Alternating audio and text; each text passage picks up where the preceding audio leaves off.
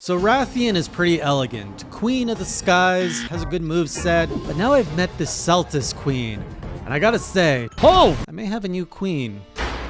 Welcome back, classy crew, to another journal in my Monster Hunter 4U journey, and after multiple years, I finally have a nice, I don't even know if these are called like moleskin notebooks, but no hardcover. It's a proper notebook that I can bring on my hunts with me. So this past couple weeks, I have finished low rank in terms of its story. I have slain the Shagaru Magala, and I have met some new friends, including the SELTAS Queen and some other monsters. So I've gone to see some old friends like Zinogre, Rathlos, Tigrex, and oh my goodness, was not expecting to see a Jan Garuga, but I've encountered that. And it's so surprising to me to see them in low rank. A lot of these, I don't know, I just associate with their master rank version. But anyways, last time we had arrived at Cathar, not sure how if that H is silent or not. And so I hadn't really experienced the map that comes with it. I have to say, this is one of my favorite maps. It is so serene. It is beautiful. There are floating rocks everywhere. And I find myself doing something I didn't do in the other Monster Hunter games. When I'm roaming the maps, I'm looking around and I'm just wondering, what happened to this world? Like, what are all these old buildings? Who used to live here?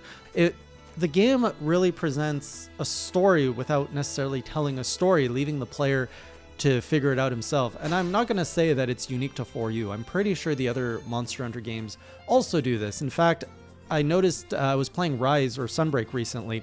And for example, the snow level, I never realized that in the middle of the lake, there is a skull of a Zora. Now I can just... So it's something that is always there in the Monster Hunter franchise, but I think I'm starting as a player, I'm starting to recognize it more and appreciate it more. And it's just really good. Like it's such a rich world. And I think that could be dialed up a little bit more and just making it better without making things worse. So all that to say, I really love this map. I really love how there is a story put into the map, and I would love to know more about it through the game. I think there's a lot of materials and a lot of like community speculation and like developer confirmation and info in art books and stuff, but I wish a lot more of it lived in the games and that a player could go and discover or access that lore if they wanted to. So anyways, after that, the first hunt was the Zinogre, who is really becoming one of my favorite monsters in this franchise. His music is good. I'm recognizing that his moveset is quite recognizable. Where I'm struggling, though, is the fact that I'm still not used to matching my newfound Charge Blade move with the monster. I'm getting into a pretty comfortable Charge Blade combo now that I don't know how optimal it is. So usually what I do, as I approach a monster, I will hit both the buttons to like have kind of my like leap in and slash. Then I can like charge until the sword like flashes. Then I release it to do like another slash. That usually gives me enough charge to fill up my shield with 5 charges. And then as I'm charging, I can hit A to bring out my axe and do a swing. I realize I don't always want to do that. Sometimes it's better to not release the axe so that I can actually do my shield punch and then charge the shield so that it is doing more damage, I guess, and then repeat that combo to get another 5 files, and then I can pull out the axe and start doing some big damage. And I'm really trying to get good at landing AEDs instead of Saids, because Saids just unloads everything and that's no good. So that is my current combo that I'm trying to refine and get better with, and to some degree, I am being successful with that. Now, there's people saying that I should be using a guard point maneuver, which I don't know what it is. I know I should watch Gaijin Hunter's videos and learn how to do things better. The way I approach these games is I like to get a feel for the weapon, develop my own kind of sense of how to use it. And I'm getting very close to that. Like I have my very comfortable combo. And once I have that in place, then I like to look at Eric's or Gaijin Hunter's videos and refine my gameplay of like, oh, I could do this with it. Oh, I could do this better. But I made my way through it, and that unlocked the next best special monster, the SELTAS Queen. I gotta say, I think everything about this monster. I met her in Monster Hunter Stories 2. Does not do it justice. I did not understand how massive and how tanky this monster is. When she moves, you can like, it's a tank. It's just like boom, boom, boom. And they did such a good job at highlighting how massive and heavy she is, just from the like sound effect of the footstep, the fact that there's like dust everywhere as she's walking. Wait, that thing can lift the queen up? The SELTAS that flies around with her is kind of annoying. I have to say, when you're trying to hunt this thing, you got like this stupid little like, what do you call those things? Simp? And it's just like zipping by you and charging. It's like, just leave me alone. I'm trying to hunt your big queen here.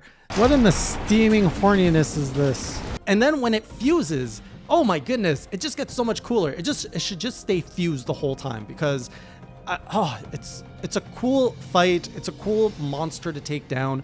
I think I like, and I think I've expressed this a few times, I like big monsters, and I cannot lie. The SELTAS Queen just offers all of that. Plus it's a bug, which is kind of something I haven't seen much of in my journey so far. It's a lot of, wyverns or smaller creatures. So seeing a big tanky bug that's not disgusting to look at like a spider, A+. Love this fight. Just fantastic. I can't wait to see what she's going to be like in high rank and master rank, or sorry, G rank. After that though, it went downhill because I had to fight my first Rathalos. It definitely did not help that my charge blade is a fire weapon, but my goodness, Rathalos in this game is always flying. It is borderline annoying. Not borderline, it is absolutely annoying how often this thing is in the air, and I can see why I might want to bring more flash bombs with me, but I'm not even good at flashing. I usually have 2 flash bombs. I usually get one off and the other one I toss into the nether, and he's got this cool attack. So I was in the nest when I was fighting him because I just grabbed the egg if he flies away. And the level would like shift and he could like shoot fire and it would tilt, and then I had to like hold on to I was not expecting that kind of mechanic in this game, and man, I loved it. I was like, okay, this is pretty cool.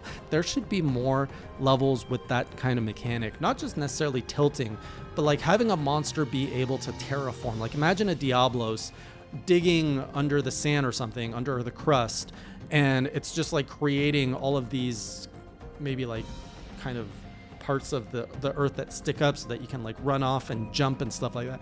I feel that could be a mechanic that gets explored more in future Monster Hunter games in terms of terraforming. I think games are more like they can do that more. Like that's a pretty hard game mechanic to design for, I understand. But as technology gets better, that is something I think we could expect from future Monster Hunter games, which would be cool. So I killed the Rathalos eventually through much, oh my goodness, it was just a slog. And then I got the Tigrex. I was really worried about the Tigrex. Remember, my very first impression of a Tigrex is its master rank equivalent in Iceborne. And that thing hurt so much. It was fast, it was aggressive, and I hated it. Here in low rank, it's a lot more tame. I've also played it now. I fought it in Sunbreak, so I understand all about his move. Push the rock, do the spinny, do the choo-choo, and I can pretty much deal with everything except the spinny. I can't really tell when he's about to do the spinny, and he always hits me with the spinny. All of this took us to the finale, which is the Shagaru Magala. And I have to say, this fight was epic. And I love when they do epic. And the fact that it was a low rank boss fight was just, like, you get into this arena with this majestic creature. And it's so wild to me that I'm fighting a Shagaru Magala in low rank of all things. Like, remember, I associate this with endgame Sunbreak. So to see it here, it just, and the music and the fact that it's just you versus this beast in a huge open arena. Yeah, there's a rock there in the middle, and I was like, oh, this is my safe place until he decides to destroy it. And then it's just you and this massive beast, and it feels amazing. I love the fight. I love the setup. I love the story. I love the design. I get why people are saying, oh, you should not experience Shagaru Magala for the first time in Sunbreak. It is definitely a disservice. It's great for the fans to fight him in Sunbreak, but as a first impression, you really want to fight this thing in 4U, because wow, what a finale. And then when that ends, you get the beautiful cinematic of like all the village, the journey that you've been on. And I'm so emotional in the sense that I don't want this to end. I was really enjoying this. And not only do I not want it to end, I want it to be, I want to be part of this world even more. I want to create even more relationship with the caravan. I want this world fleshed out. I feel like we just got a taste and a tease of what this world could be. And honestly, if they did a full in-depth, more fleshed out, even an MMO of the 4U universe and the caravan, all that, I would be so down to play in that, because I feel they only scratched the surface of what they can do with these characters and the villages that we've visited. They could do a full-on RPG even. I don't know how much of this is explored in Stories 2, but if there was a Stories 3, just give me give me these characters back. Let me engage with the 4U universe more. So anyways, after that, pretty much high rank is now available to me, so I can go to Dundorma, which I did because I was curious. I shouldn't have, but I did. And I love the setup for the higher rank part of the story. So Dundorma is a city that is constantly besieged by monsters, and it's all about rebuilding it. So the last attack has left the city almost defenseless, and we now have to rebuild the city. I'm all about rebuilding. I love that stuff. I'm going to put that on pause though, because I want to finish everything in low rank before I progress. It's just this game has hooked itself into me, and I want to do it properly.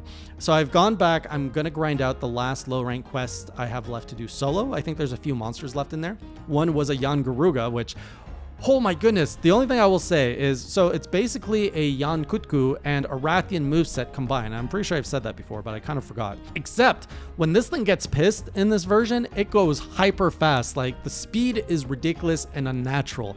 And that is the one thing that caught me off guard, is how fast it is when it's aggressive. So it's pretty tough once it goes into that mode. Otherwise, fun fight. Cool character, cool monster design. So I think I still have 2 or 3 monsters left to unlock. I'm slowly making my way through. I think I've only got 5-star and 6-star quests to do, and there's a handful, maybe several left.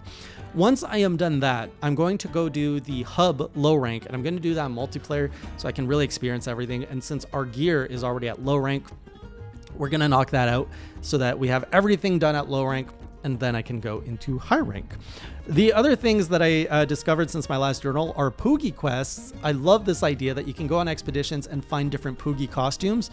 Oh, so brilliant. I love these like little sidelight little things that just kind of reward you with Poogie costumes. So I love going out into the wild and rescuing my little Poogies. I got one with the Emperor's clothes, and I may have gone another one. I forget what the other Poogie was, but love that. My charge blade, I've been using primarily an elemental charge blade, a fire one, and people have been starting to talk to me about an impact charge blade.